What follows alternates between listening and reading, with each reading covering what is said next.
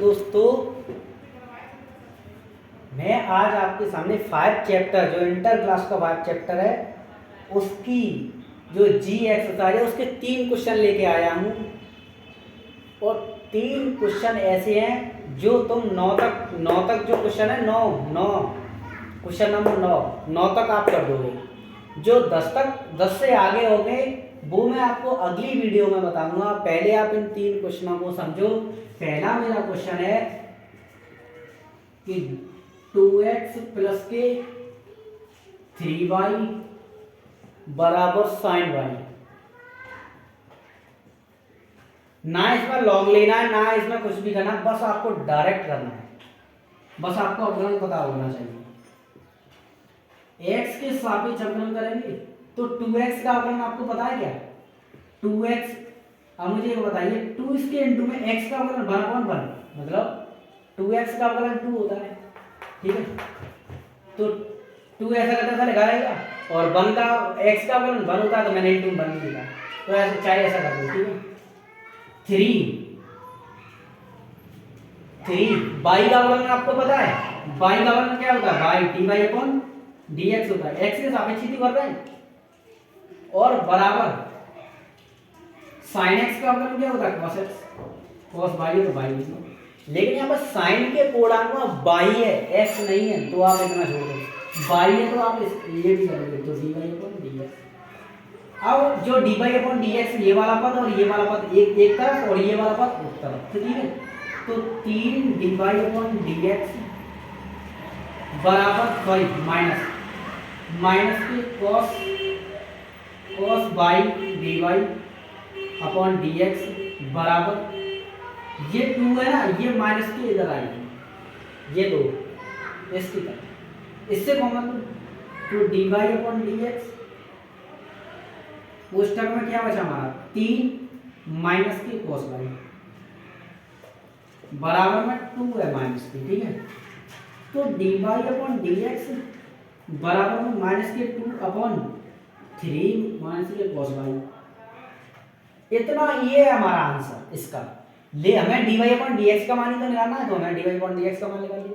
यहाँ से देखना dy अपॉन dx का मान कैसे, यहाँ पे dy अपॉन dx है, यहाँ पे भी dy अपॉन dx है, तो मैं इसको इधर ले आया इसको और dy अपॉन dx कॉमन ले लिया और ये वाला पद मेरा ऐसे हो गया और ये भाई इसके मैं निकालता, ये मेरा आंसर है। ठीक है, ये ऐसे क्वेश्चन करना है। दूसरा क्वेश्चन है आपका कि a की power x square plus 2hxy plus b y square बराबर 0।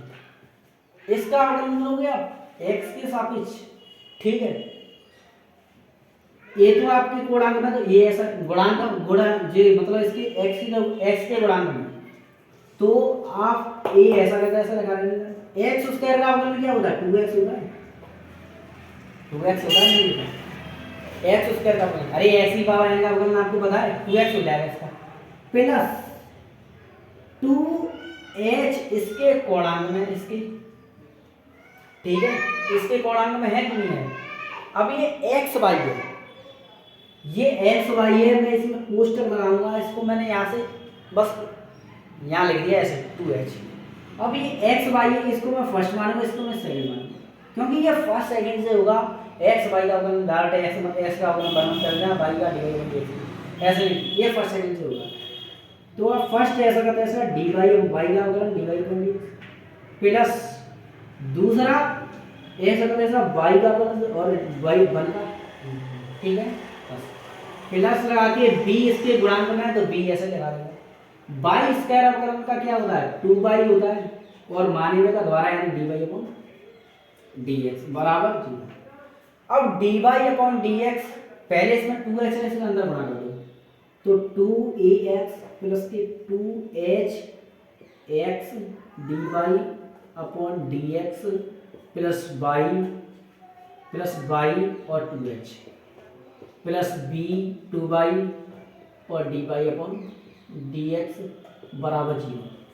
अब यहाँ से dy अपॉन dx एक साइड तो 2hx dy upon dx plus 2b/dy upon dx बराबर में ये दो माइनस के 2ax और माइनस के 2/h, ठीक है। ये मैंने बराबर में दिया तो ये माइनस के हो गए।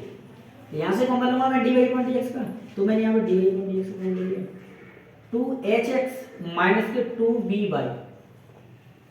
बराबर में ये माइनस यहाँ से कॉमन लूंगा तो 2ax माइनस के वो प्लस के 2/h, क्योंकि माइनस कॉमन ले लिया इसलिए, ठीक है। अब ये dy/dx के जो गुणांक है वो नीचे भेज देना और dy/dx का मान निकालना।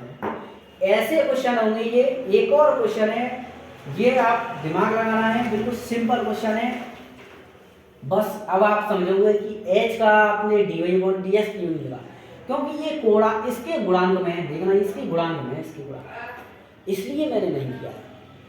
ये गुणांक में इसलिए नहीं, अगर हाँ अगर इसकी जो घात है ना, जो h है ना वो घात में होता तो मैं करता इसका द्वारा, लेकिन ये गुणांक में इसलिए मैंने नहीं किया है, ठीक है। इसमें मैंने फर्स्ट सेकंड लगाया है, इसका मैंने अंदर बना दिया है, यहाँ से dy/dx एक साइड लिए और इसमें से कॉमन लिया है और जो बाकी का पद है वो उस साइड भेज दिया और जो इसके गुणांक है वो नीचे भेज देना, बस आपका आंसर है, ठीक है। अब मेरा एक लास्ट क्वेश्चन है, आप 9 तक करना। 9 तक क्वेश्चन ऐसे ही होंगे, बिल्कुल सेम ऐसे ही कंडीशन, बिल्कुल सेम कंडीशन होगी ये भी, ठीक है। 9 तक बस आपको याद रखना है कि अवकलन कैसे कैसे करना है, बस अवकलन आपको अगर पता होगा तो आप कर लोगे, अवकलन नहीं पता होगा तो आप नहीं कर पाओगे, ठीक है।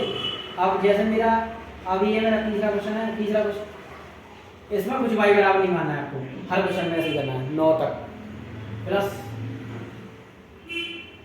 कभी कभी सीधा सीधा आ जाता है बिल्कुल, इसलिए ये एक्सरसाइज दे रखी है माइनस के 9 माइनस के 12 बराबर में। अब देखना आप x के सापेक्ष अवकलन करोगे, अब 5 ऐसे भी ऐसे, लेकिन आप ऐसे इसके x के गुणांक में 5 है ना, तो जब 2 भी मैंने आपको बताया x की पावर n का, x की पावर n का मतलब क्या होता है, n x की पावर n माइनस 1 होता है, तो 1 होता है, ये 2 है तो 2 में तो बन के 1 रह जाएगा, ये n आगे आ जाएगा यानी 2 आगे आ जाएगा, तो 2 5 के गुणांक में आ जाएंगे, तो 2 का 5 में आ गए तो 10x, अरे 2 आगे आ जाते हैं और 2 में से घटाएंगे तो 1 का क्या घात लोगे, इसलिए 10 2 का गुणा कर दिया मैंने 10x प्लस 10y और dy अपॉन माइनस का dy अपॉन माइनस के 11, क्योंकि x गुणांक में तो x का अवकलन 1 होता है और माइनस के 9y और dy अपॉन 9 और dy upon dx, dy upon dx 9 dy upon minus के 12 का अवकलन 0 बराबर में 0, 12 कोई संख्या है उसके गुणांक में कुछ x फ्रैक्शन नहीं तो 12 का अवकलन 0 हो जाएगा, तो यहाँ पे dy अपॉन dx एक side low 10 by dy upon dx minus के 9 dy अपॉन dx बराबर की साइड में, उस साइड में दो जो कुछ भी पता है, 10x मतलब माइनस के 10x और 11 माइनस के तो प्लस के 11, ठीक है। बस अब यहाँ से dy अपॉन dx कॉमन लो